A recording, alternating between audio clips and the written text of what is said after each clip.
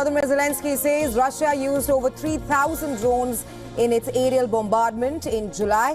At least 31 Ukrainians killed in fresh Russian strikes.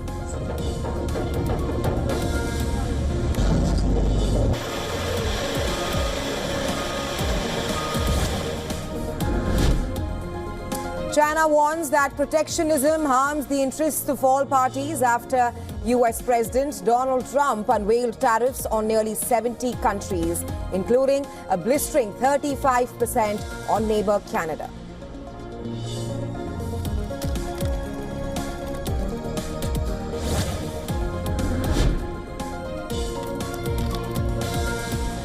U.S. President unveils new tariffs on nearly 70 countries, including a blistering 35% on neighbor Canada, as he seeks to reshape global trade to benefit U.S. economy. Canada Prime Minister. In a tragic escalation of the ongoing conflict, at least 31 people were killed and dozens more injured after a series of Russian airstrikes targeted civilian infrastructure in eastern Ukraine. The bombings hit residential buildings, schools, and a crowded marketplace, leading to widespread devastation. Ukrainian officials condemned the attack as another war crime, urging the international community to increase pressure on the Kremlin. Emergency services are continuing rescue efforts, with fears that the death toll could rise. The United Nations has called for an urgent ceasefire, while NATO condemned Russia's actions, stating that such attacks on civilians violate international law. Ukrainian President Volodymyr Zelensky appealed for more air defense support from the West. Meanwhile, across the globe, tensions flared between China and the United States after former President Donald Trump proposed new tariffs on Chinese goods as part of his economic agenda.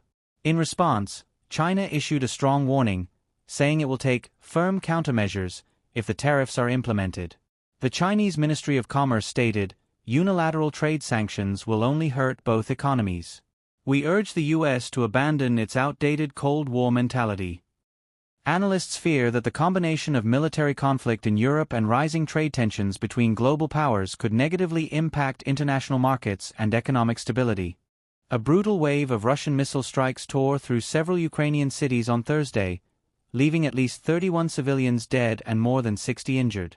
Among the dead were women, children, and elderly individuals who were caught in the bombardment as they went about their daily routines. The deadliest strike occurred in the eastern city of Dnipro, where a crowded shopping area was reduced to rubble. Rescue workers spent hours pulling bodies from beneath the